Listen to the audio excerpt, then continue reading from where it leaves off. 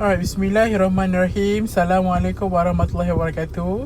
Bertemu kembali kita dalam rancangan BMMG160 Business Ethics DBM. Okay, seharap Mira sihat dan juga that you probably enjoyed your last raya because everyone was staying at home and I'm also staying at home. Okay, tapi kita survive je, just tak lama lagi, and then after that akan settlekan for the what we say for the remaining semester lah. So today's chapter is all about the common issues at the workplace. In a way nak cakap what are the things yang menyebabkan not menyebabkan lah, okay, what are the things arisen ataupun things that have always been security in terms of business ethics dekat tempat kerja. Okay, sebenarnya bila kerja ni macam banyak sangat orang kata apa, what we call banyak sangat isu-isu luaran ke dalaman ke, banyak. Okay, bukan setakat on the financial affairs ke, bad organizational management ke apa ke, okay, but it also depends on the ethical standards of the workplace, how a company lays out its ethical policy for all the workers, not only from how professional the work environment should be and how orang kata apa, but also to the extent that how orang kata apa the relationship between one colleague to another. Okay, so these are the learning outcomes for this topic. Okay, nanti Mira, you carry on your own on this. Okay, ada banyak sangat learning outcomes that you will learn. Okay, so introduction. An important aspect of human resource management in a company is managing employee relations. Managers spend a lot of time and effort on managing their workforce for the obvious reason of sustaining a beneficial relationship. So employees and employers are involved in an intricate relationship critical to the survival of the company. However, the employer-employee relationship is not all rosy due to various issues that may have ethical repercussions to both parties. Dekat sini, dia nak cakap apa, memang kata bila dah kerja nanti, once Mira dah kerja nanti akan ada there's a relationship between you and your boss. Okay, the relationship is purely because of how your boss atau how your manager influence you to make the work better. Okay, and also macam how do you perform your job very well in order for the manager to evaluate you to the level where it is commendable for you to work to that place next year. Macam tu lah. Okay, so both parties need to play their roles accordingly to ensure a constructive economic relationship for the benefit of all in the company. Okay, so setiap unit dekat dalam company tu, whether be it your employee, your employer, you are the manager, you are the janitor, you are the accountant, you are the legal officer in that company, everybody has an important role in that company. Okay, kalau tak, kenapa dia nak upah awak jadi pekerja kat situ? Every unit, even sampai ke driver company pun, they play a very important role. Kalau tak, macam dia nak bawa drive the manager, okay, ke hulu ke hilir, okay, on time, because a manager has a lot of to think. Okay, has a lot of things to think. So macam nak drive pun kadang-kadang jadi macam it distracting. So that's why the company needs a driver, and then that driver is also just as important to the other unit in the organisation. Alright, so what is whistleblowing? Okay, the first common issues in our organisation is whistleblowing. Okay, whistleblowing is the release of information or evidence of immoral or illegal behaviour by an employee or former employee of an organisation to someone within the organisation who has the authority to investigate, prevent and punish the perpetrators. Okay, so dekat sini whistleblowing ni kaedahnya macam you spill the tea, but you are not spilling the tea. You just you are so tired of the scheming thing happening in your company. Okay, so you decided you want to make you want to lodge a police report. Okay, that is what we call as the whistleblowing. Okay, it can take place only when a past or present member of an organisation voluntarily reports such information. Okay, so it has to be done voluntarily. Okay, whether you are the current employee ataupun you are the current or the past employee kata apa, past employee of that company, you can reveal the information, you can blow your whistle and report to the authority, okay, voluntarily. It's not because you are forced by a certain a certain authority that has a personal advantage over the report, tapi you are tired of seeing that kind of thing yang salah tu happening in the company. So you need to do it voluntarily, and then orang kata apa, tak kisah whether you are the current or the past employee of the organisation. Okay, whistleblowing does not take place if an employee spreads gossip about other employees' personal habits or indecent behaviour, takes retaliatory action for reprimands. So whistleblowing ni dia bukan whistleblowing itu bukan whistleblowing kalau just nak cerita pasal keburukan colleague kita ke, ataupun nak tunjuk perangai ke, okay, ataupun macam kita report sebab untuk berdendam ke apa ke. No, that is not whistleblowing. Whistleblowing ni you are reporting to someone, to some other things, okay, the wrongful things happening in an organisation, not for the personal unit of your colleague tu. Okay, that's how whistleblowing differs from the organisational grapevine ataupun gossip apa semua tu. Alright, so okay, a whistleblower can be any of former employee who are in positions of power and private, confidential and sensitive information. Whistleblowing can also arise in a situation where an employee has information about his or her superior's wrongdoing and reports it to someone else in a position of authority within the organisation. Okay, so kalau whistleblowing ni, okay, tak kisah you are the manager ataupun you are the subordinates, whoever you are, you have the right to whistle blow things that happening in that company. Okay, bad things happening in that company.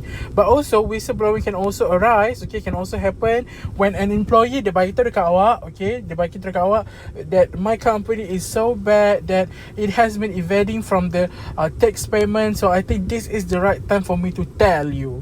Okay, bila dah bagi tahu awak, so you lodge the report to the police, okay, finding out, telling that this company might be kata apa, having a trade secret ataupun macam a bad thing, okay, happening in that company. I want you to make sure that it is investigated properly. Okay, that is whistleblowing. Alright. Okay, so the aim of whistleblowers is to prevent harm to others or an organisation as a whole, rather than securing their own personal interests. Organisations should strive to encourage internal whistleblowing by ensuring a clear and comprehensive whistleblowing policy and procedure. Employees should be encouraged to report any wrongdoing or illegal practices, and their identities should be kept confidential. Okay, so the aim of whistleblowers ni, kenapa digalakkan kalau boleh the practice of whistleblowing ni prevalent dekat company? Because, okay, one of the main thing is that to prevent harm that could happen in the future. Okay, sudahlah dengan current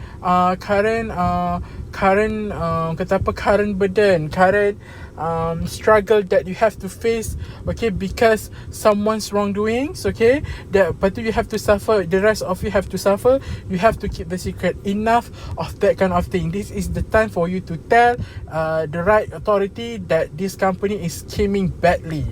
Okay, so that's why whistleblowing need to be emphasized in every company. So organisation also need to whistleblowing, need to encourage internal whistleblowing lah, sebab bukan setakat, okay, kalau once a party has, orang kata apa, kalau an employee has spill all the tea dekat the authority outside of the organisation, it will be a much of a bigger problem. Tapi kalau kita bagi tahu kat the internal organisation, the control measure tu mungkin dapat dikurangkan sikit. It will not be as extreme as the public punya, sebab macam benda tu macam it could be orang kata apa, dangerous, as the company might be in boiling water sebab masuk dekat media, so everybody knows, okay, you cannot work at that place, okay, so the reputation could be damaged. Okay, so kalau sebab tu dah one of the things that organization should take should be aware of is by enhancing the internal whistleblowing programs. So anyone who whistleblows, okay, the identity and the secret will be confidential, okay, and the company has to guarantee that kind of thing. Okay, boleh. So okay, there are two types of whistleblowing, internal dengan external. Internal whistleblowing happens when a whistleblower reports the evidence of wrongdoing to someone of authority within an organization other than his immediate superior or CCO, and hopes that the recipient of the information will take action to deal with the misconduct or illegal practice. So kalau external whistleblowing arises when an employee who discover corporate misconduct chooses to bring it to the attention of external parties. Okay, for example, law enforcement agencies and the media. So kalau macam you want to fully have the news covered by the media, so you whistleblow. That kind of whistleblowing whistleblowing practice is the external whistleblowing. Tapi kalau internal whistleblowing, you are telling someone of authority within that organisation itself, okay, but not your immediate superior. Maksudnya bukan bos atas kita dan juga bukan terus CEO, okay, but someone yang kalau boleh macam probably line department ke, okay, ataupun from different levels ke, I don't know, okay. You have to when you tell that kind of thing within the person who has interest ataupun not interest who has relationship with the company, it's called as internal whistleblowing. Okay. So justification why whistleblowing has to be encouraged. Okay, an employee is driven by appropriate moral motive. So in a way nak cakap lah, those who whistleblows, okay, those who whistleblow are kind of good people lah. Okay, sebab dia macam, okay, I don't want to compromise. I don't want to compromise anymore. So I'm telling the secret. This is just as bad as apa semua tu, tak kisahlah, as bad as orang kata apa, as bad as bribery ke apa ke. Okay, so you need to have this thing stop. Okay, that's why you whistleblow. Okay, the employee's immediate supervisor or the internal whistleblowing channel fail to take appropriate action. You've had enough with the report. Okay, you lodge a report, you buat apa semua, last kali macam asyik tak diindakan. Okay, tak dengar, bila dah tanya tak dengar, last kali terus you pop off. Okay, whether you want to internal whistleblow ke atau external ke, it's up to you. Okay, you don't want to, you can no longer tolerate with that kind of thing. Okay, you just report je, just whistleblow. Okay, an employee has strong or credible evidence of wrongdoing. Okay, so maybe your colleagues ataupun that department atau that organisation has clear misconduct of being ethical. Okay, nampak one of your colleagues, okay, curi supplies dalam office. Okay, and then apa lagi, balik lambat, so guna mesin, the coffee machine, and then bring the coffee, okay, balik rumah, okay, to panaskan balik, okay, and then buat ice coffee kat rumah. Nampak tak? Okay, that's how things work. Okay, you see there's a clear misconduct kat situ, sebab those coffee is actually for you yang tengah buat kerja kan, not for you to take home and then you guys kasih kat family, not like that. Okay, and then an employee has good reasons to justify blowing the whistle. Okay, adalah sebabnya kenapa you have to justify that. So you okay, so you blow your whistle. Okay, alright. Okay, and then dimensions of employee theft. Okay, kadang company pun ada juga kecurian. Okay, I'm not gonna lie, memang in every company there's always a tendency for employee theft, especially orang kata apa, petty little things, contohnya macam stapler ke, macam gunting ke, basic supplies. Okay, kadang-kadang orang ada anak, okay, dia malah nak beli kat kedai, so dia ambil je dekat office. Okay, tapi tak bayar balik. Nampak tak? Okay, so what is trade secrets? The first kind of employee theft is trade secrets. A trade secret is a valuable asset because the organisation may have spent plenty of money to acquire or develop the information, and it has a significant impact on its financial position. Okay, so the World Intellectual Property Organization WIPO defines trade secret as any confidential business information, including manufacturing or industrial secrets, which gives an organisation a competitive edge ataupun competitive advantage.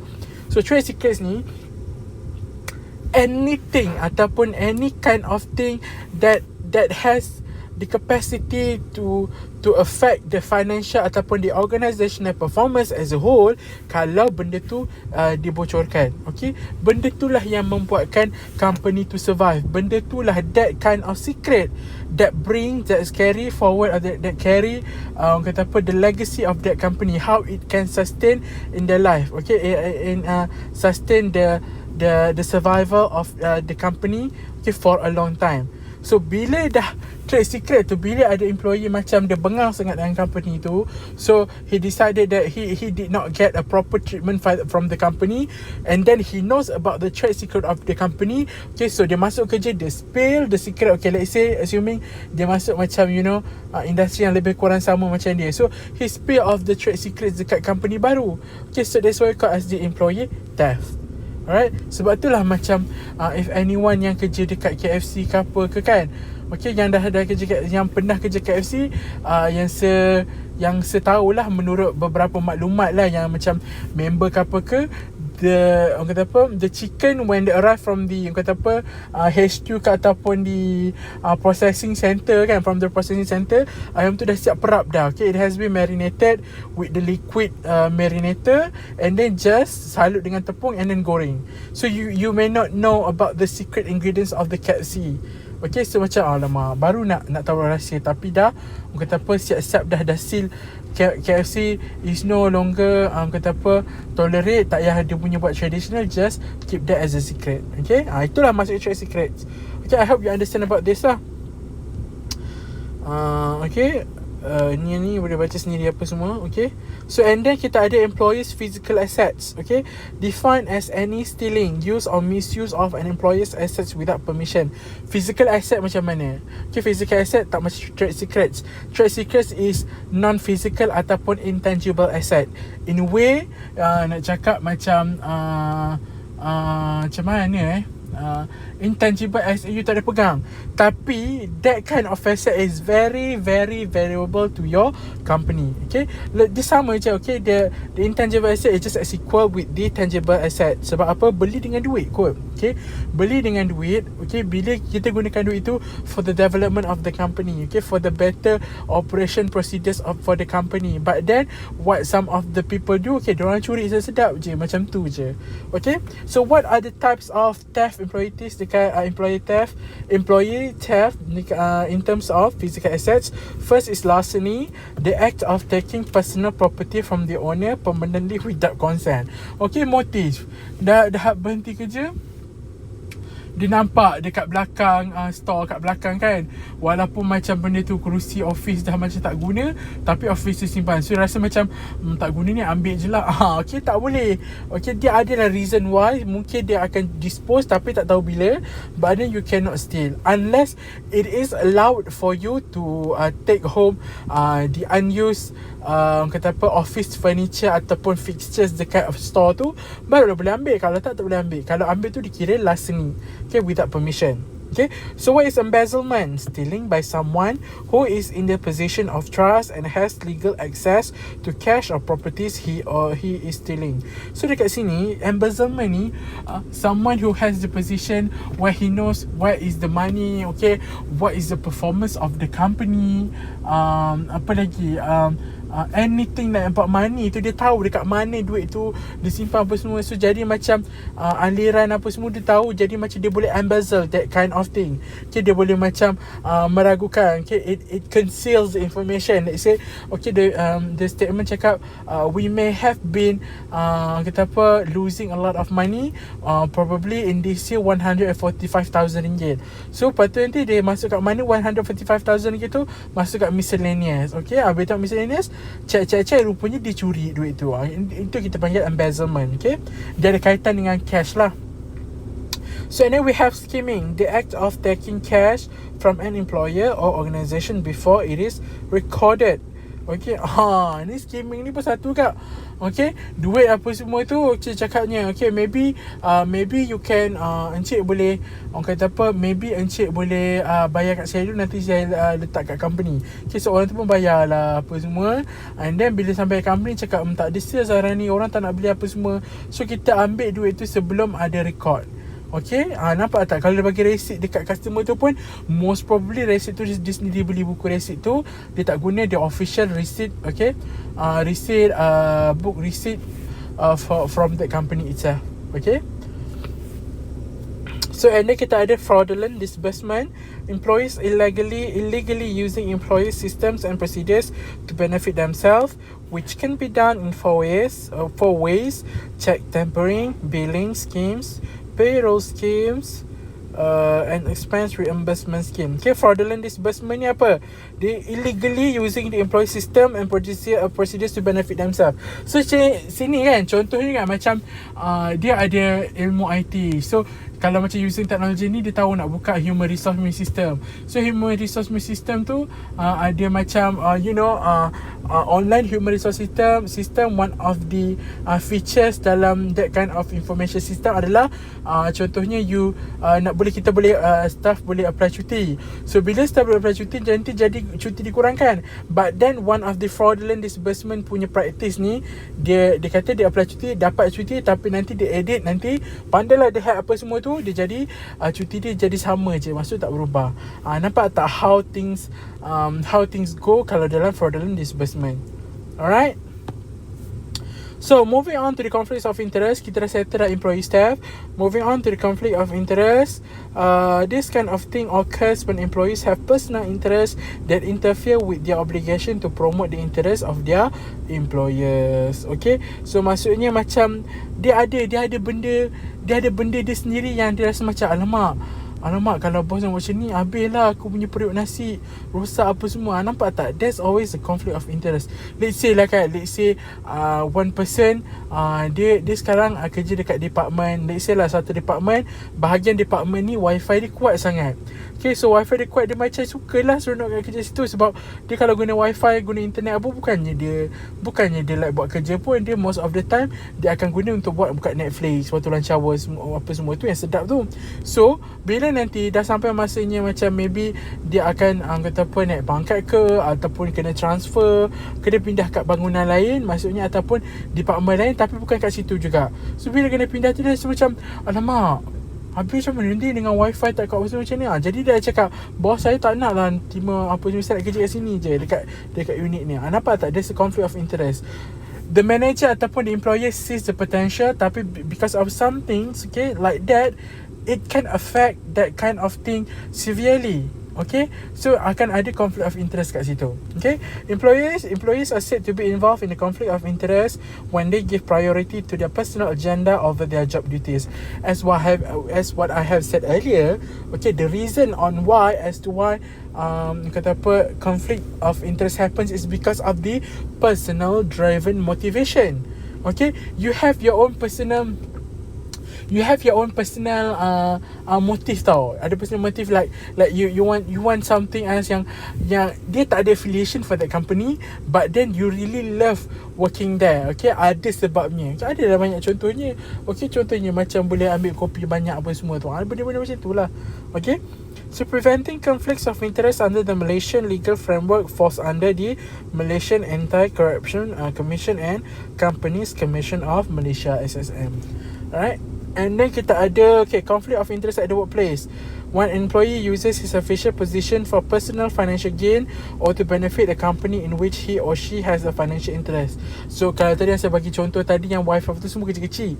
Kalau besar ni, yang jadi macam bila dia ada kat certain position tu, dia tahu that position can influence not only on his salary payment, tapi other sources of income. Contohnya nak cari tender, buka dewan makan baru kat asrama. Kan siapa je tak seronok, sebab boleh masak kat situ. You can actually utilize that kitchen, bukan setakat untuk masak dekat sudut asrama, tapi boleh buat masak untuk catering dekat kenduri kahwin luar. Nampak tak? Like you don't have to sewa tau. Tak payah orang kata apa, tak payah sewa tapak ke apa ke, just ambil tender, bayar sikit tu dah boom. Lagi kos dia sangat-sangat murah, and then it is helped by the government. Okay, benda macam tu lah. Okay, so when employees external financial or other interests may inappropriately influence the way in which he or she perform his or her official responsibilities, okay, and the rest you can do on your own lah. Alright.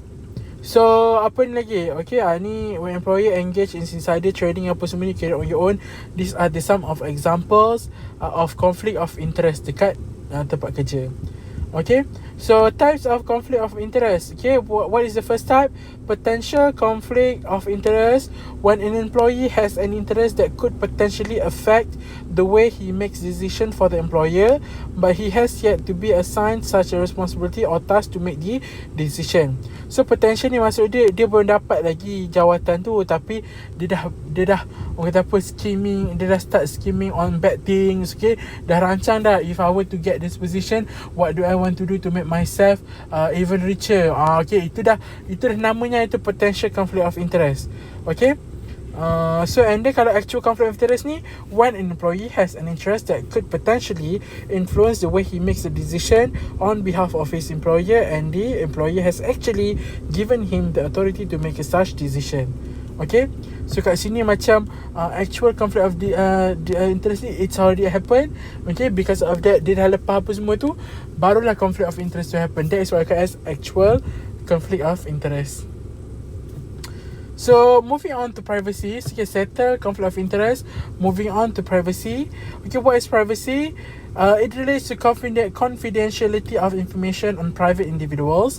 Difficulties arise to define privacy as a concept because it may differ between individuals due to many different claims on the right to privacy in different situations. Okay, so there are three classic definitions of privacy. Okay, kalau according to Samuel, Warren and Louis Brandeis, okay, the right to be left alone. So contohnya privacy ni macam you need to work at the place yang mana you have the personal space for you to conduct your work properly, efficiently, productively. Okay, tak boleh nak kerja ramai-ramai because that kind of task ataupun occupation requires critical attention to that thing only. Okay, so privacy kat sini itulah barunya sesuai kat situ. Okay, so the claim of individuals to determine for themselves when, how and to what extent information about them is communicated to others lah, according to Professor Westin. So kat sini maksudnya macam privacy ni when someone has a thing to talk about that person. Okay, bila ada je benda dia borakkan, jadi punya privacy tu breach of privacy lah. Okay, and then the condition of not having undocumented personal knowledge about one possessed by others. Okay, alright. So why privacy has become an issue in the global era? Violation of privacy occurs when other people know someone personal information provided by others without the consent. Okay, today it is very easy to share personal information, views, comments, criticisms or even gossip on social media, kan? Like you can actually put bad comment for someone who does bad thing. Okay, kalau buka YouTube banyak je. Okay, kalau haters sentiasa ada komen, dislike apa semua. Okay, you are expressing your hate, your dislike towards that person immediately. Like you don't have to jumpa face to face, you can tell it through the social media. Okay, and then that kind of comment akan terus automatically sampai dekat ni lah, sampai dekat mana, dekat the creator of the video from YouTube macam tu contohnya lah, kan. Okay, and then privacy is an issue due to first progress and advancement in ICT, the vast amount of personal information collected for organisation decision making in the public and private sectors, and significant growth in database marketing facilitated by ICT. So, okay, sebenarnya privacy ni kaedahnya, cerita dia sebenarnya, kalau macam kan kita kan semua sekarang kan kata apa, zaman teknologi. So even our personal information pun ada dalam database.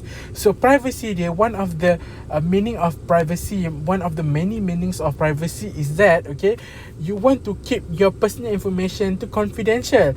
Like okay, you sacrifice your kata apa, accessibility of your personal information once you go to work. Okay, tapi macam bila simpan store kat data, firewall tak ada apa semua, so senang sangat nak hack, and then buka hack account bank, hack orang kata apa, hantar surat berantai kat rumah. Okay, benda-benda macam tu lah. Okay, so you have lost your privacy. Okay, once you have a social media, you've already lost your privacy. Okay, you have to agree with it lah, because you want to have Facebook ke Instagram ke apa semua, kan. Kalau if you don't have that kind of thing, insyaAllah at this time, kan, in this time your privacy will be protected the most. Okay, So difference between privacy and surveillance. Surveillance ni apa? Pemerhatian lah. So surveillance may be defined as a systematic investigation or monitoring of the actions of one or more persons. In simple terms, surveillance is spying on other activities. So surveillance tu macam CCTV, okay? Surveillance camera tu, okay, you need to, kata apa, the reason why there's a surveillance camera is that to see, kata apa, to control the behaviour of the employees. Mana tahu dia mencuri ke apa. Okay, kalau privacy ni, like the things that is not for other people to know tau. Memang like without you are doing anything pun, benda tu is supposed to be private. Okay, not to be shared with anybody. Okay, so that is the difference between privacy and surveillance. Okay, so individual privacy at the workplace is a negative right from human rights principles, okay, to be free from the outside interference.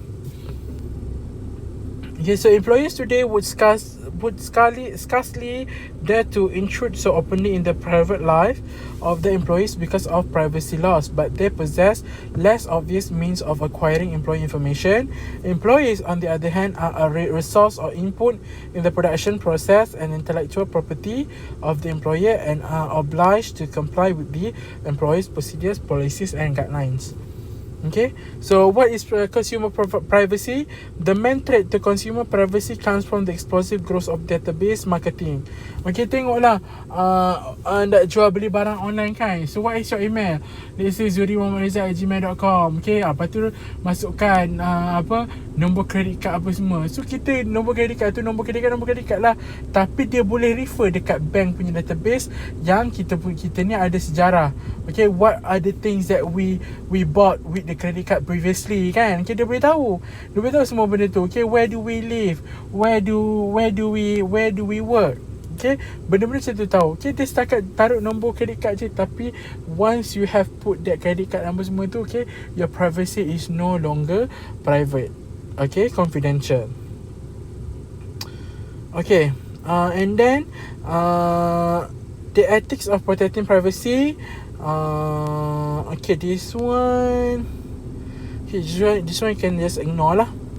Okay, di gantian yang perspektif ni you can ignore. Okay, alright, moving on to the discrimination and affirmative action.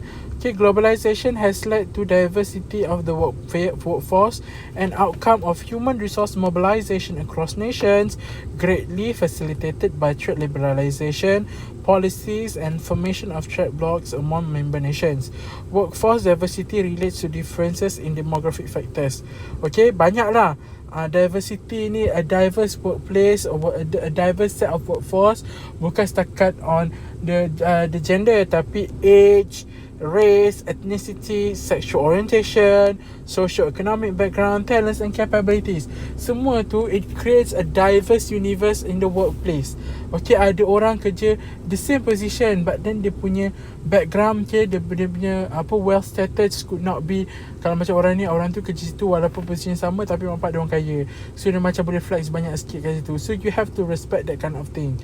Okay, so what is discrimination? Discrimination is a wrongful act whereby a person is deprived of or marginalized from enjoying some benefits or opportunities because he or she is a member of a group towards which there is substantial prejudice. Okay, let's say macam it's called as marginalized ataupun deprived ni sebab macam kita tengok sekarang Black Lives Matter kan. Okay, you just walk by the, yang kata apa, you are just casually walking by the street, okay, and then tiba-tiba polis tangkap, you are not doing anything.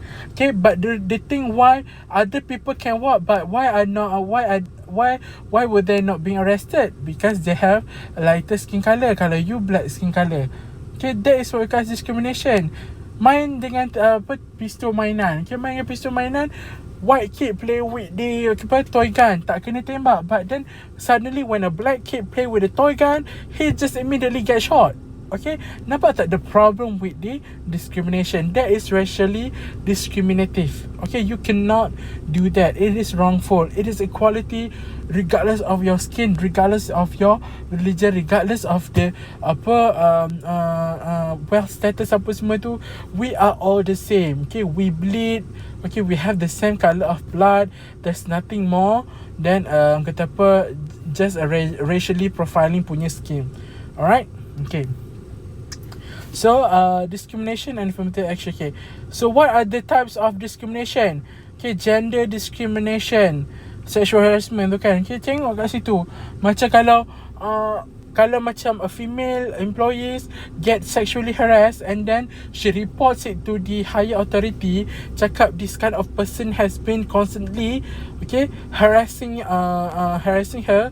So nanti at the end of the day kan, nanti board of director akan cakap apa? Ignore je, benda biasa. Sebab apa? Sebab dia lelaki. You see how discrimination works there. Okay, it is so bad. Sebab orang nak buat kerja, but then you just kacau benda macam it is not right, it is wrong. Okay, when there's thing like that, you need to take a proper report. Okay, sebab benda tu salah. People can be so depressive because of just that thing.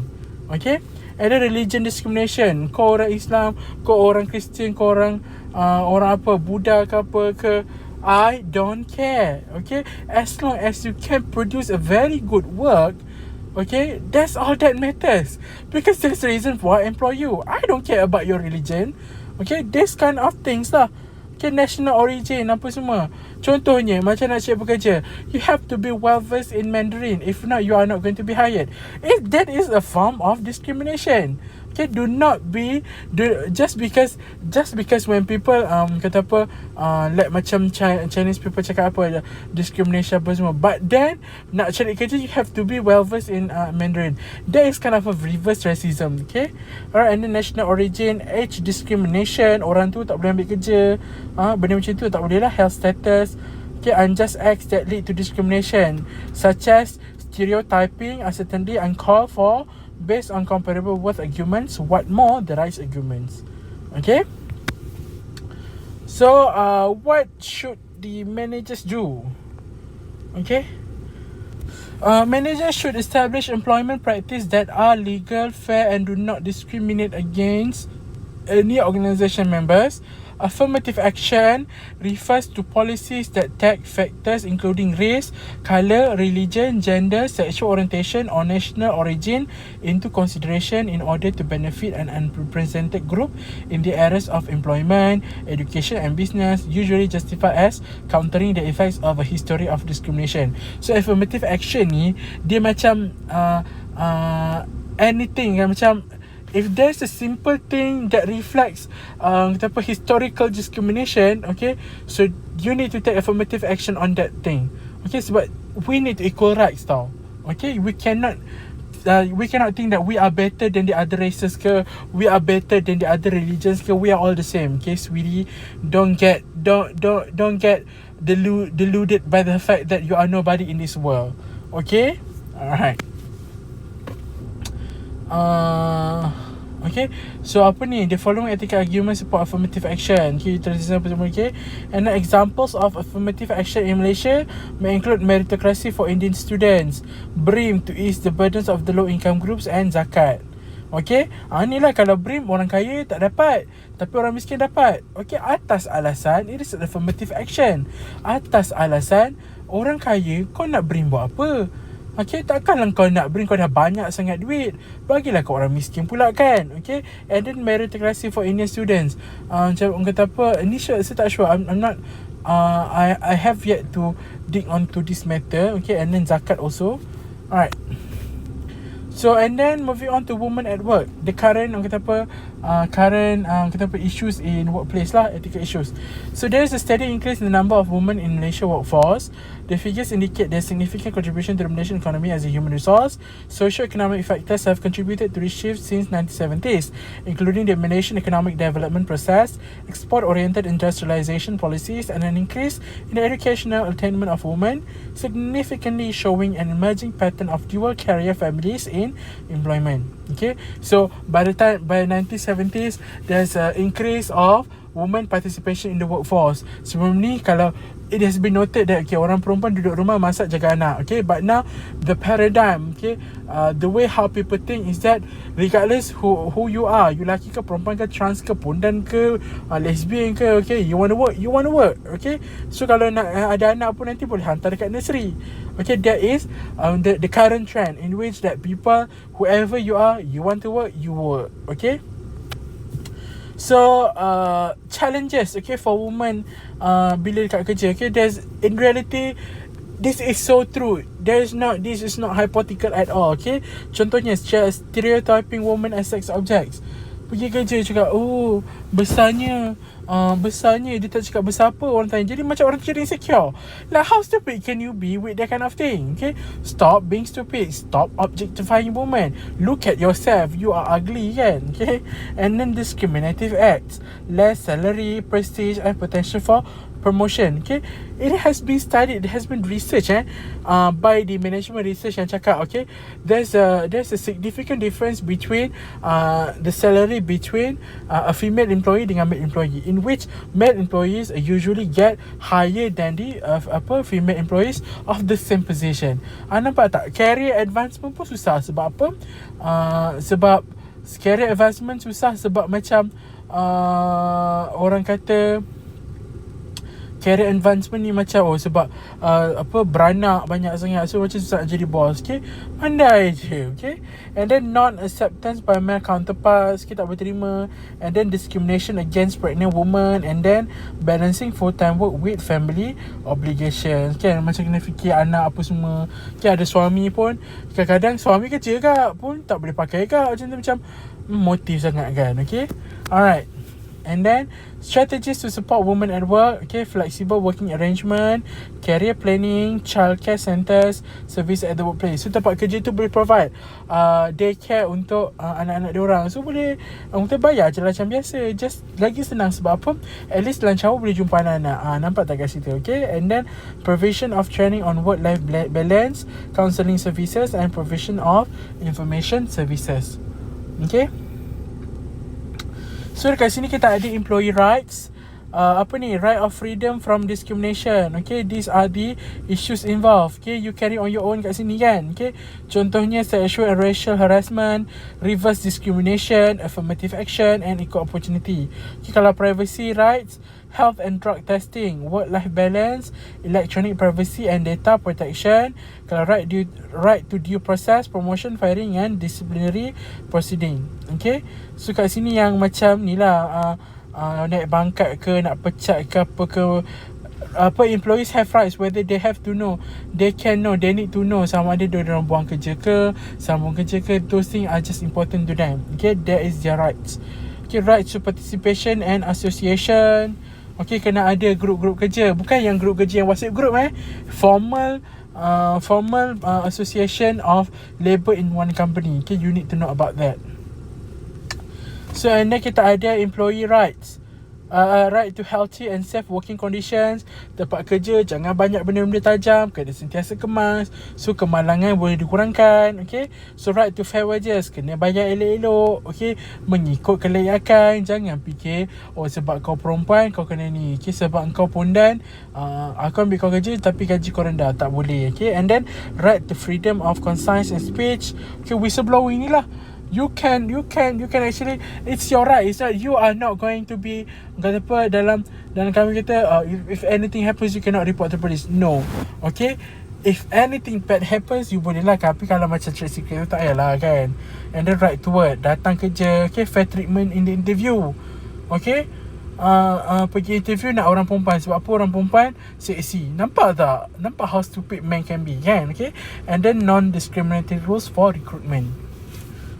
And then ni apa ni? And then kita ada employee duties. Duty to comply with labour contract.